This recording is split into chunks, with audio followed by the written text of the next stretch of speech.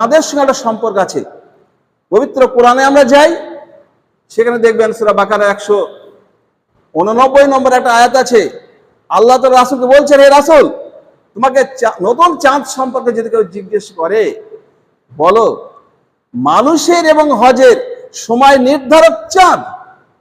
পরিষ্কার কোরআনের দলিল। তাহলে চাঁদই হচ্ছে আমাদের সমস্ত ইবাদতের যে তারিখগুলা, বা আমাদের আরবির যে ক্যালেন্ডার দেখবেন বিভিন্ন দেশে তাদের চাঁদ ওটার সঙ্গে সম্পর্কিত। তাহলে এখানে চাঁদ একটা ফ্যাক্টর। এটাই নয়, আমরা যদি সূর্যের দিকে আসি, পৃথিবী যখন প্রথম সৃষ্টি হয় বা আদমকে যখন পাঠানো হয়, তখন তো আমাদের ঘড়ি ছিল না। তখন কি করে চলেছে? আল্লাহ তাআলা কি দেননি? অবশ্যই। এখানে সূর্যকে বলা হচ্ছে সূরা বাকারার 127 নম্বর আয়াতে, যে রোজা আমরা পরিপূর্ণ করি সূর্য দেখে। সূর্য এখানে গেল। আমরা যে নামাজগুলো পড়ছি